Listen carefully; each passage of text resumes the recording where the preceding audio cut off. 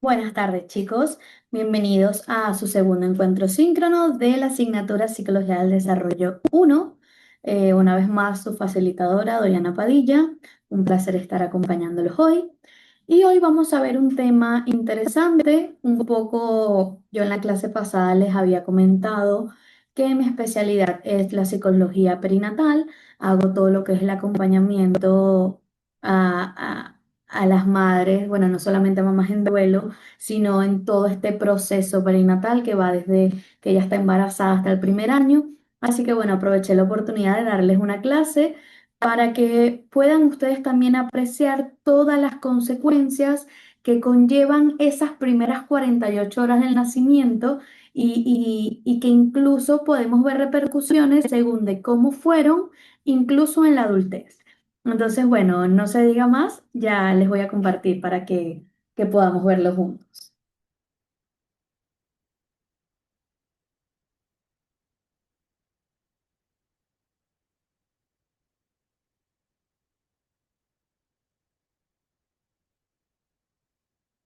Voy a guardar un segundito que minimizo por acá para que nos moleste lo menos posible. Perfecto.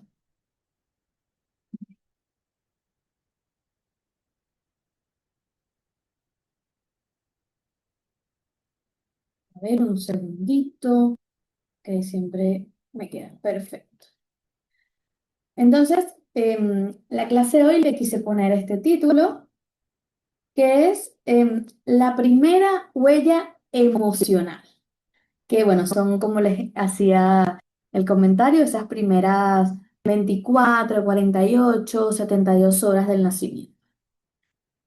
Entonces, hoy vamos a tocar un tema que, como les dije, parece simple, algo bueno cotidiano de todos los días, pero que es necesario para comprender todo el desarrollo humano, que es, bueno, el nacimiento. En la formación en psicología solemos iniciar todo lo que es el estudio del desarrollo en la infancia, no, el nacimiento. Entonces, todo lo que es el lenguaje, la cognición, el juego, la personalidad, empezamos desde allí. Sin embargo, lo que observamos en esas etapas ya comenzó a configurarse muchísimo antes. Eso empezó durante el nacimiento, como les dije, esas primeras horas y primeros días de vida. Entonces, no se trata de que pensemos el nacimiento como un evento traumático, no como dice Freud, no nuestro primer trauma, sino que lo veamos como un programa que es realmente, va a la redundancia, lo que nos programa, o sea, lo que va a determinar todo. Se trata de que reconozcamos que en ese momento se ponen en marcha esos primeros mecanismos de regulación emocional, de apego y de organización del sistema nervioso. Entonces, en ese instante en el que el bebé pasa de un entorno intrauterino donde toda la regulación era externa a un entorno donde necesita comenzar a regularse, eh, es donde realmente tenemos que enfocarnos. Entonces, quiero que entiendan esto con claridad. Primero, no vamos a entrar en temas ni médicos ni de obstetricia, no. Estamos hablando de procesos psicológicos que sí que dependen de condiciones biológicas. Además, estamos trabajando de cómo la psicología, en este caso el desarrollo perinatal, estudia la interacción entre el cuerpo del bebé, el sistema nervioso y la presencia del adulto como regulador externo. Entonces, acá no es que vamos a dramatizar el nacimiento, no, vamos a entenderlo como parte del desarrollo humano, ¿sí? Como un mapa inicial que es el que nos va a dar las claves para luego leer la vida emocional de las personas o de nuestros pacientes. Entonces, y aquí lo fascinante es que cuando ustedes como psicólogos aprendan a leer este mapa, van a descubrir que, bueno, que muchísimas de las conductas que vemos en clínica, como la hiperalerta, la evitación, la búsqueda de control, dificultad para confiar en otros, bueno, tiene realmente las raíces en esos primeros días y que al mismo tiempo puedan ustedes aprender que los factores de protección pueden cambiar completamente esta trayectoria. En otras palabras, entonces, el nacimiento es el primer capítulo de la historia de la persona y que es nuestra tarea como profesionales el aprender a leerlo, sí, con rigor científico, pero también para acompañar a las personas, bueno, en una construcción nueva, quizás un camino nuevo en este desarrollo con un poco más de resiliencia. Entonces, creo que para poder empezar a hablar de todo lo que pueda suceder durante un nacimiento, lo primero que tenemos que entender es qué pasa o qué es el nacimiento desde la psicología, ¿no? Porque bueno, desde lo médico es esto, que el bebé, bueno, sale, no sé qué, pero desde la psicología o a nosotros, ¿qué nos interesa? Bueno, primero entendamos que es un recién nacido para nosotros. Es un sistema nervioso en transición, porque pasa de un ambiente donde toda la regulación externa, es decir, el útero, a un ambiente donde necesita empezar a regularse con ayuda de un adulto. Entonces, nosotros en psicología del desarrollo sabemos, por ejemplo, que el 60 al 70% del cerebro que regula el estrés y además produce la calma, bueno, al nacer sigue inmaduro. Por otro lado, sabemos que la corteza prefrontal prácticamente en este caso no funciona y además sabemos que la regulación depende de la figura adulta, no del bebé. A esto lo vamos a llamar nosotros acá corregulación. Es decir, el bebé necesita o usa el cuerpo, la voz, la temperatura, el ritmo y la calma del adulto para regular su propio sistema interno. Por eso, las primeras horas importan. Porque lo que el bebé no puede hacer solo, lo va a hacer prestado del adulto. Entonces, conociendo qué es para la psicología el nacimiento, ¿qué sería entonces la prematuridad o cuando un bebé nace prematuro?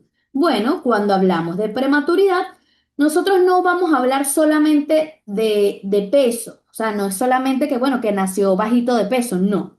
Vamos a hablar de inmadurez del sistema nervioso. Entonces, un prematuro que tiene, bueno, tiene menos mielinización, menos integración sensorial, menos sensibilidad al estrés y menor capacidad de autorregulación.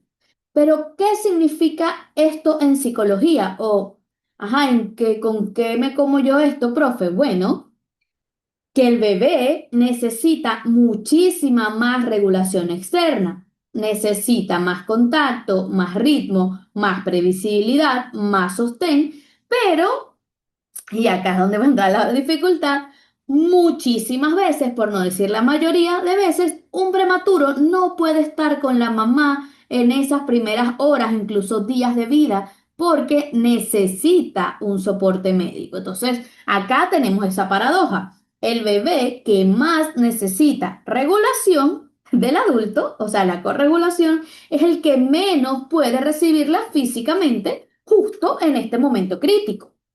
¿Y esto qué nos va a traer como consecuencia? Bueno, para eso Montiroso, Feldman y Aranduze-Moens en el 2016, 7 y 9 respectivamente, nos dieron qué trae como consecuencia. Bueno, primero, que entre un 25 y un 35% de prematuros presenta más dificultades de regulación en los primeros meses de vida. Por otro lado, que alrededor de un 20 a un 30% muestra más irritabilidad o hipersensibilidad al tacto que aquellos, bueno, nacidos a término. Por otro lado, que entre un 15 a un 25% va a tener más problemas de sueño el primer año. Y además, en la adultez también hay consecuencias. Y acá, una vez más, quiero que seamos súper profesionales a la hora de escuchar esto. Recuerden que nuestra carrera es una carrera que no habla de determinismo, sino de tendencia. Nosotros siempre hablamos de estadísticas. Entonces, en la adultez, ¿qué vamos a observar? En el caso de los prematuros, mayor probabilidad de ansiedad leve, patrones de hiperalerta y mayor dependencia de regulación externa. Sí, no, bueno, nada de esto es un destino, pero sí estos van a ser los patrones que ustedes van a ver en clínica, chicos, como las consecuencias. Por otro lado, tenemos otra causa, tenemos la separación temprana por razones médicas. Acá vamos a hablar de bebés, sí, que nacieron a término, pero que fueron separados ya sea por dificultades respiratorias, cesáreas, cesáreas donde, bueno, no se permiten el contacto, sobre todo los hospitales públicos tienden a retrasar el primer contacto durante una cesárea, o quizás el anestesiólogo lo considera porque hay que esperar que despierten las piernas, o sea cual sea el motivo, bueno, no hubo ese primer contacto tan anhelado o tan que ya vamos a ver, tan necesario. Puede ser que lo separaron de su madre porque tenía algún valor alterado, porque debe estar en observación en alguna incubadora, o bueno, o capaz tiene que estar en UCI, en unidad de cuidados intensivos, por 24 o 48 horas. Entonces, acá desde nosotros, nuestro foco principal no va a ser el diagnóstico médico, porque incluso estas consecuencias la puede llevar un bebé que esté en UCI por muchísimo más tiempo. Acá lo que nos interesa a nosotros como psicólogos es realmente el proceso de regulación. Entonces, recordemos lo necesaria que es la corregulación y además les informo que esta corregulación se establece durante las primeras 2 a 6 horas de vida del bebé. Y cuando hay separación, entonces tenemos claramente consecuencias. Tenemos que el bebé tiene picos más altos de cortisol, que tarda más en estabilizar la respiración y la temperatura, llora más agudo y se calma más lento. Y además el cuerpo entra en un estado que algunos autores llaman como alerta basal. Para eso les traje un estudio que hizo Bistrobo en el 2009, donde informaba que los bebés separados en las primeras horas o la primera hora tenían niveles de cortisol más altos a los 4 meses comparado con los bebés que hicieron contacto piel con piel desde el inicio. Entonces, no es que, bueno, sí, no, fue que le generó un trauma, está bien, pero el sistema empezó en modo alerta. ¿Y cuáles son las consecuencias que nos va a traer esto en la infancia y en la adolescencia? Bueno, mayor sensibilidad a separaciones, más dificultad más dificultad para tolerar la frustración, patrones de búsqueda de regulación externa o bueno, al contrario, quizás autoexigencia para no depender de nadie. O sea, estas serían como este tipo de consecuencias que vemos nosotros en la infancia e incluso las podemos ver también en la adolescencia. Bueno, y también, ¿qué pasa cuando hay un parto por cesárea? Y acá no vengo a demonizar la cesárea, ni mucho menos, pero es necesario que yo les hable de que sí hay diferencias en la experiencia sensorial y vincular de un bebé que nace por cesárea. En la cesárea hay mayor probabilidad de separación, la madre está dolorida, entonces hay menos responsividad inicial de parte de ella y la activación sensorial es distinta porque como no hay presión vaginal, hay un frío inmediato. Entonces, qué significa esto para los psicólogos? Bueno, que algunos bebés pueden iniciar con menos señales tácticas y olfativas que regulan. Y además, otros estudios también muestran, por ejemplo, que la cesárea, por los que les comentaba esto de la anestesia, aumenta la probabilidad de separación entre un 30, escuchen, hasta un 50%. Y además, reduce, o sea, el tener una cesárea va a reducir la probabilidad de piel con piel esta primera hora. Entonces, esto puede retrasar la sincronía inicial. Sí, no va a afectar el apego a largo plazo, solo si después hay una sensibilidad sostenida. Entonces, una consecuencia típica en el desarrollo temprano, en el caso de la cesárea, bueno, que vamos a tener bebés que van a tener un poco más de dificultad para organizar el sueño y llanto en las primeras semanas, nada más. O sea, aquí no es que ay, tienen millones de consecuencias, sino eso es lo que vamos a ver en el parto por cesárea, pero sí me pareció importante que ustedes supieran que bueno, que sí que hay diferencias. ¿Y qué pasa con embarazos con alto estrés emocional? Bueno, este es uno de los factores más relevantes. Aquí no hablamos de un estrés normal, sino vamos a hablar de un estrés serio, un estrés sostenido. Estamos hablando de violencias, de amenazas, de depresión materna, de un rechazo explícito al embarazo, intentos de abandono, ambiente de caos. Entonces, el bebé claramente está dentro del útero, él no está entendiendo, pero, o incluso los primeros días, perdón, pero el cuerpo del bebé sí. Entonces lo que se altera es la calibración del eje del estrés. Los bebés de madres con estrés tóxico tienden a tener mayor cortisol basal, más reactividad ante la frustración y menor estabilidad de sueño. Y además, en la adultez suelen acarrear también consecuencias, como patrones de hiperalerta, dificultad para confiar y tendencia a autorregularse solos. Bueno, y uno adicional que es el miedo a la dependencia emocional. Por otro lado, tenemos partos traumáticos, y aquí no estoy hablando de golpes ni lesiones, sino hablamos de experiencias emocionales del nacimiento.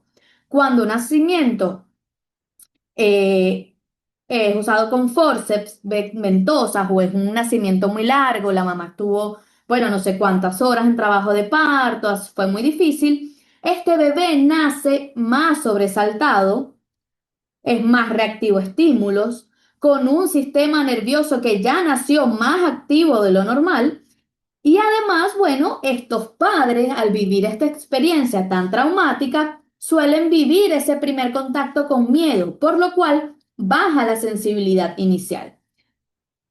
Un estudio de Taylor en el 2014 nos habla de que bebés que nacieron tras partos muy instrumentados mostraron mayor reactividad a ruidos fuertes durante los primeros 6 meses.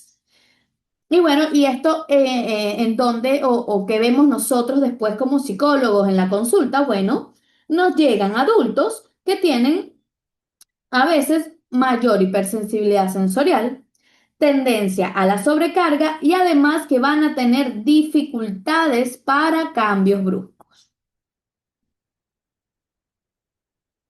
Después de ver las condiciones del nacimiento, un poquito se las expliqué por encimita, pero quería que estuviéramos todos en la misma sincronía. Ahora entendemos qué pasa con la regulación. Vimos que el bebé se regula así, cuando usa el cuerpo del adulto, cuando usa la voz, cuando usa la mirada, usa el ritmo, usa la temperatura y usa la previsibilidad. Y cuando eso falla, bueno, sube el cortisol, sube la frecuencia cardíaca, se altera el sueño y además se va a instalar un patrón de hipervigilancia basal.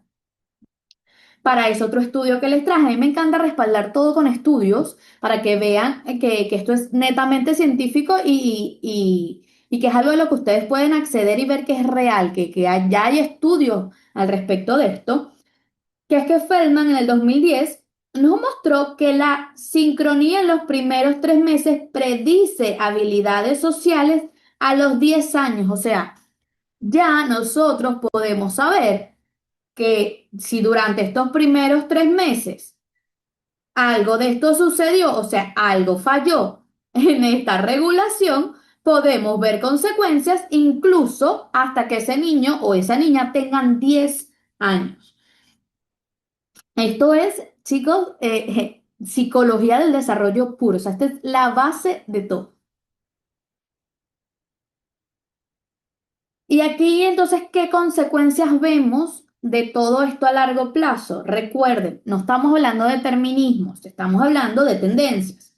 Vamos a ver mayor sensibilidad al estrés, búsqueda intensa de figuras de calma o evitación rígida de la dependencia, patrones de autocontrol excesivo, dificultad para regular enojo o frustración, un apego inseguro que van a suceder en un 20 o un 30% de casos que tuvieron separaciones tempranas y que no hubo reparación, que ya vamos a entrar en el tema de la reparación, y además una mayor probabilidad de ansiedad leve. Perfecto, profe, ya entendimos que una separación temprana, qué es, cómo afecta. Ahora, ¿y qué pasa? Bueno, ahora les voy a explicar lo que realmente importa. ¿Qué protege y qué amortigua y qué cambia trayectorias completas? Y aquí es donde la psicología a nosotros nos da las herramientas más concretas. Primero, la sensibilidad parental. Aquí no hablamos de perfección y hay palabras angelicales, no, no, no. Hablamos de algo muy humano, de leer señales, darnos cuenta que el llanto de un bebé, cuando es cansancio, cuando es hambre, nota la respiración. En psicología del desarrollo, esto se conecta con la teoría del apego de Bowlby y Anifwoc. La responsividad del cuidador va a regular el sistema nervioso del bebé. Por ejemplo, bueno, si un bebé que tuvo un inicio difícil puede estabilizarse rápidamente, si siente que alguien lo está leyendo bien. Es como que su sistema nervioso dijera, bueno, ok, el mundo está entendiendo mis señales, puedo bajar la guardia. Y esto hace también que él baje estos niveles de cortisol. Por otro lado, bueno, la figura estable. Cuando Aquí siempre paro porque muchos creen que un bebé necesita un equipo enorme, una tribu, 5 adultos entrenados. No, o sea, con una sola figura constante alcanza. Aquí la constancia es más terapéutica que la cantidad. Una sola persona que responda la mayoría de las veces, que además mantenga un ritmo predecible, logra más reparación que 10 personas rotando alrededor de ese bebé. Entonces, esto está estudiadísimo, chicos, en apego. Lo que sana es la previsibilidad de un vínculo, no la multiplicidad de vínculos desorganizados, ¿sí? Por otro lado, tenemos algo súper importante que además les recomiendo que vean en Colombia el Plan Canguro, que es una eminencia en el contacto piel con piel, que es el tercer factor clave, ¿no? Que a veces se cuenta como, bueno, algo tierno, hay los videitos de TikTok, no. En realidad, esto es regulación fisiológica. No hablamos solo de cariño, de qué bello, no. Hablamos de temperatura, respiración, hormonización, digestión, sueño. Desde la teoría polivagal de Porges, sabemos que, bueno, que unos minutos diarios piel con piel van a reconfigurar el tono vagal y además bajan la activación. Es como, o sea, bajan esta activación vagal de sensación de peligro, como si alguien bajara un switch interno. Por ejemplo, en la UCI, como les dije, neonatal, esto se usa mucho, se usa como intervención terapéutica, el contacto piel con piel. Por otro lado, que ya medio les había dado un ojito antes, la previsibilidad. Este es el cuarto factor. Para un adulto puede sonar aburrido, pero para un bebé esto es la sensación de seguridad. El cerebro inmaduro, chicos, no entiende de instrucciones, pero entiende de patrones. Y los patrones calman. Entonces, un bebé que reconoce la secuencia del día, que siente que sus rutinas tienen un orden, baja muchísimo su nivel basal de alerta.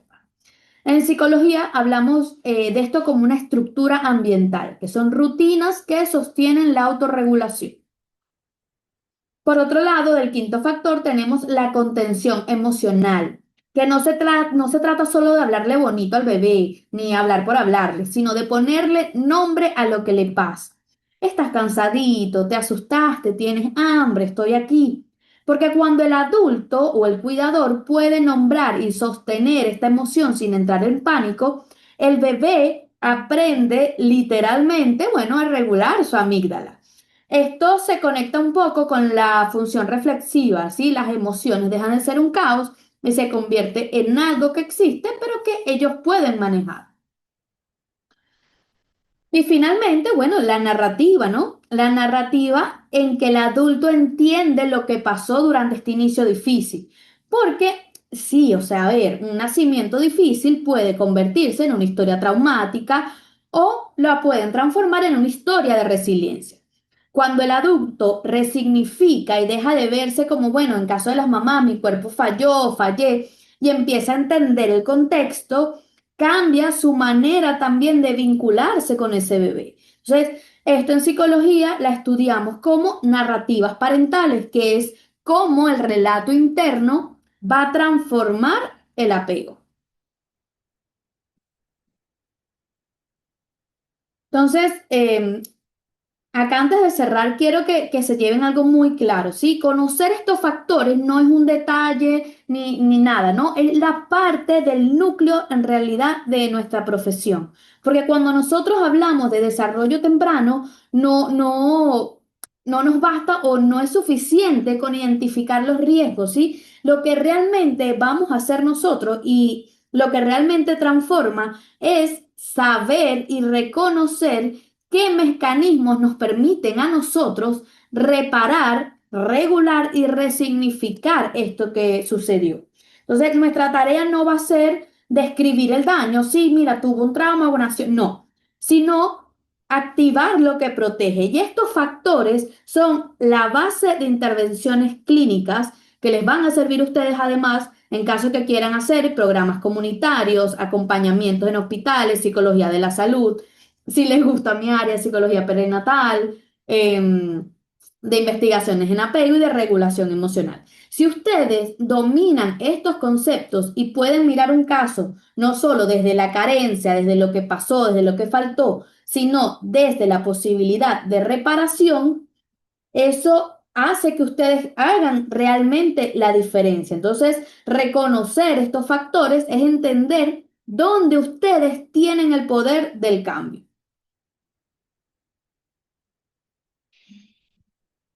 Y bueno, profe, ajá. ¿Y qué hacemos nosotros los psicólogos con esto?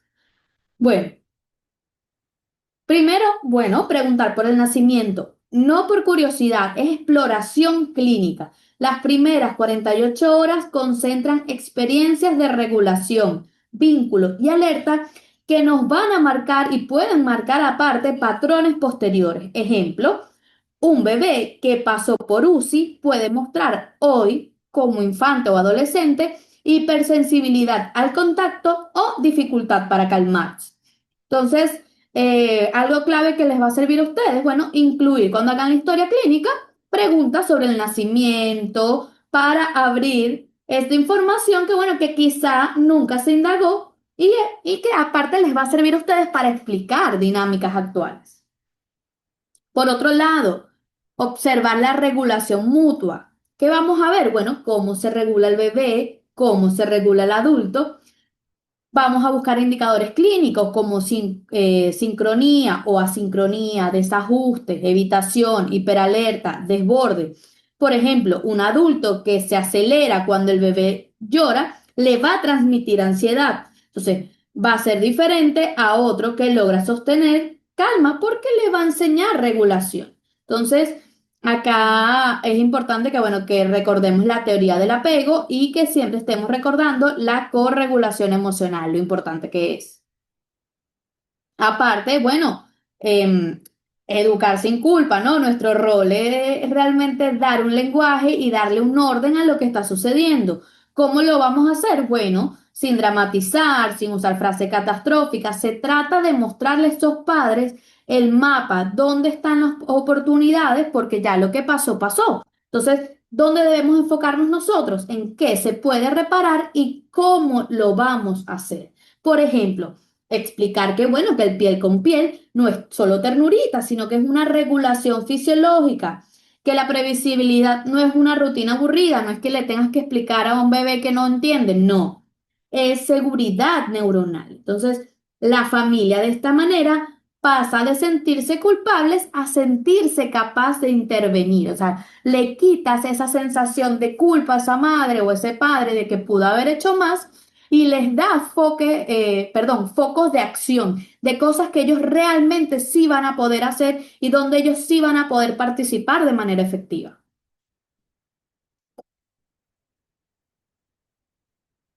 Además, nosotros vamos a acompañar la parentalidad, pero la parentalidad real, no la idealizada. Vamos a trabajar con el papá que tiene el sueño entrecortado, el bebé que llora sin motivo, la mamá que se siente perdón, que se siente insuficiente, porque acá vamos a ayudarlos a construir confianza en sí mismos. ¿Y por qué importa? Bueno, porque la confianza adulta es un factor de protección indirecto o directo, depende cómo lo quieran ver para el bebé. Por ejemplo, un padre que pasa de estar cansado a sentirse capaz de sostener, aunque no entienda de todo el llanto del bebé, transmite seguridad. Entonces, este bebé se va a sentir más regulado emocionalmente y obviamente más seguro. También trabajar la regulación emocional del adulto, que es un poco bien acompañado de esto anterior, porque un bebé se regula a través del adulto. Entonces, ayudar al cuidador a sentirse más seguro, más estable y más presente, lo va a ayudar también de manera directa o indirecta al bebé. Aquí podemos enseñarle a este padre o a esta madre, por ejemplo, técnicas de respiración, psicoeducación sobre el estrés o acompañamiento en momentos de crisis. Automáticamente el bebé va a recibir esta regulación como regulación propia. Y por último, bueno, integrar los factores protectores en la práctica psicológica, porque exploramos historias tempranas, preguntamos por el nacimiento, las primeras horas de vida, porque ahí se esconden las claves de regulación. Por otro lado, detectamos patrones de interacción, observamos cómo se sincronizan bebé y adulto, si hay calma compartida, si se generan desbordes. Perdón. Convertimos la teoría en lenguaje cotidiano. Vamos a traducir conceptos en palabras simples para la familia, para que puedan, para realmente nosotros mostrarle las verdaderas oportunidades de reparación. Además, vamos a resignificar narrativa, vamos a trabajar con los padres, la manera de contar la historia, vamos a transformar ese inicio difícil, bueno, en un relato de resiliencia y además compartida, porque ellos van a intervenir también en reparar este daño inicial. Además, bueno, el papel más fundamental de nosotros los psicólogos va a ser sostener el proceso, porque nos vamos a convertir en acompañantes que ayudan a que el riesgo se convierta en oportunidad y que ese comienzo que fue traumático, tanto para el padre o la madre como para el bebé que lo vimos, lo vamos a transformar en una trayectoria de desarrollo más segura, porque la vamos a construir con bases y desde cero. Entonces, con todo esto, la sensibilidad, la presencia estable, el pie con piel, no borra un inicio difícil, sino es que lo va a borrar por completo, pero sí cambia el rumbo luego del desarrollo. Y aquí está la diferencia entre un psicólogo que solo va a describir el daño y uno que realmente interviene. Entonces, nosotros identificamos los patrones, los factores protectores, los potenciamos y los vamos a convertir en herramientas para la familia, ¿sí? Porque ahí está nuestro poder, ahí está el poder de la psicología, no en señalar lo que salió mal, sino en que nosotros activemos realmente lo que se puede reparar, hacer intervención. Entonces, para concluir, debemos situar primero que situar el nacimiento dentro del marco de la psicología del desarrollo y la neurociencia, ¿sí? No es un episodio aislado, sino es el evento principal que activa sistemas neurobiológicos de regulación y apego. Y para esto, la literatura es clara. La prematuridad, los prematuros se asocian con inmadurez del sistema nervioso central, mayor reactividad del eje HPA, que es hipotálamo, hipófisis adrenal, y necesidad intensificada de corregulación externa.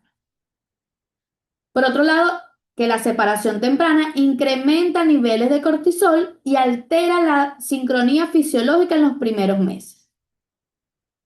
También aprendimos que en cesárea y partos instrumentados van a modificar la experiencia sensorial inicial, retrasando la organización de ritmos de sueño y llanto, aunque la sensibilidad sostenida del cuidador principal puede compensar estos efectos. Además, bueno, obviamente vimos también que el estrés prenatal tóxico recalibra el sistema del estrés del bebé, generando mayor vulnerabilidad a la ansiedad y dificultades en la confianza en la adultez.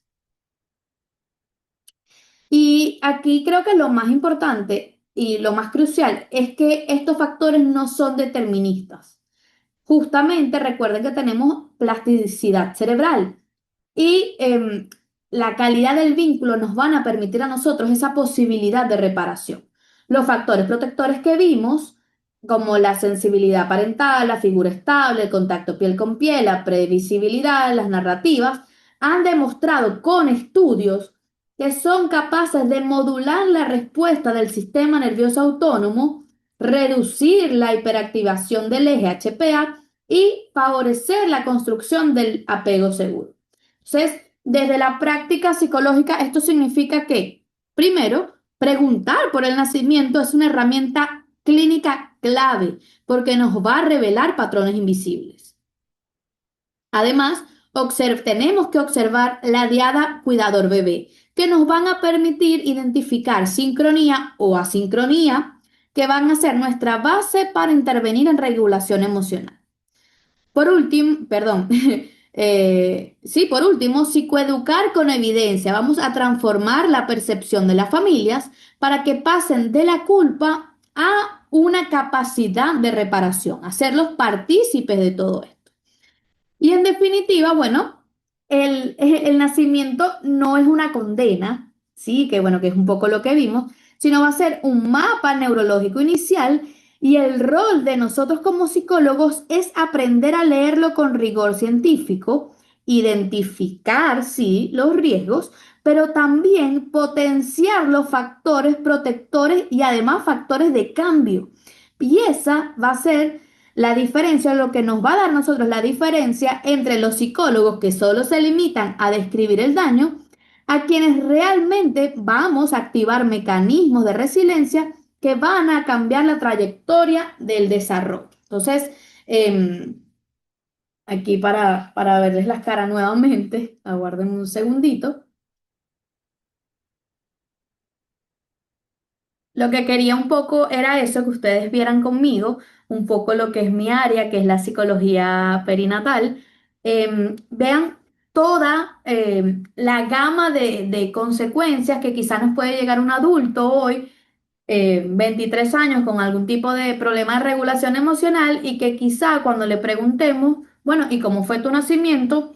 Puede ser que ni siquiera lo sepa, que nunca le haya preguntado a sus padres cómo nació, pero podamos ver también que quizá una persona que tiene problemas para expresar sus emociones haya sido un bebé prematuro de 7 meses que tuvo que automaternarse porque tuvo los primeros 2 meses internado en una UCI, solo en una incubadora.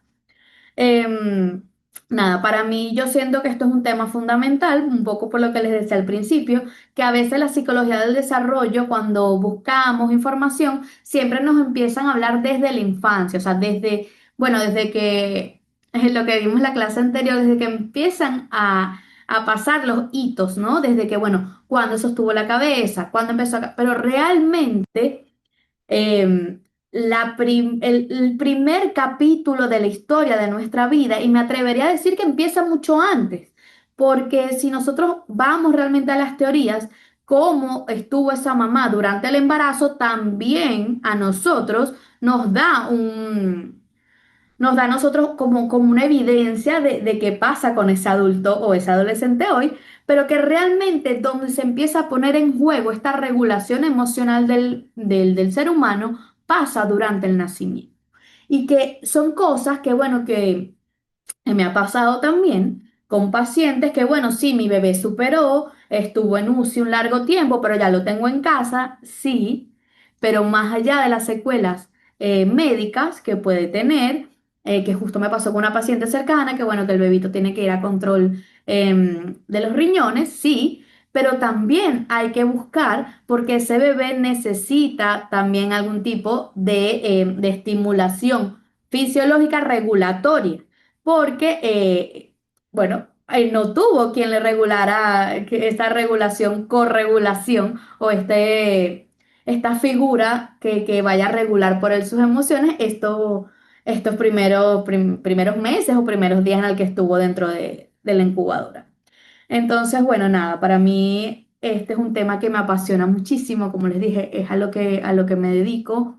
Espero que les haya podido transmitir a ustedes también esta pasión por este tema y que un poco ya se los metí dentro de la clase y que ustedes sean realmente los psicólogos que marcan la diferencia, que no sea solamente el que describe sino el que sepamos intervenir. Y ahí es un poco más psicología de la salud que quizás psicología clínica, pero que también no solamente sepamos cómo intervenir, porque si ya sabemos las consecuencias, sino que aprendamos también a evitar estas consecuencias, porque sabemos que si bien un parto difícil se puede remediar o lo podemos reparar con un apego seguro, entonces podamos nosotros estar involucrados para saber intervenir cuando, mira, si tuviste un problema con la anestesia, no lograste despertar, bueno, inmediatamente ten al bebé, ¿no?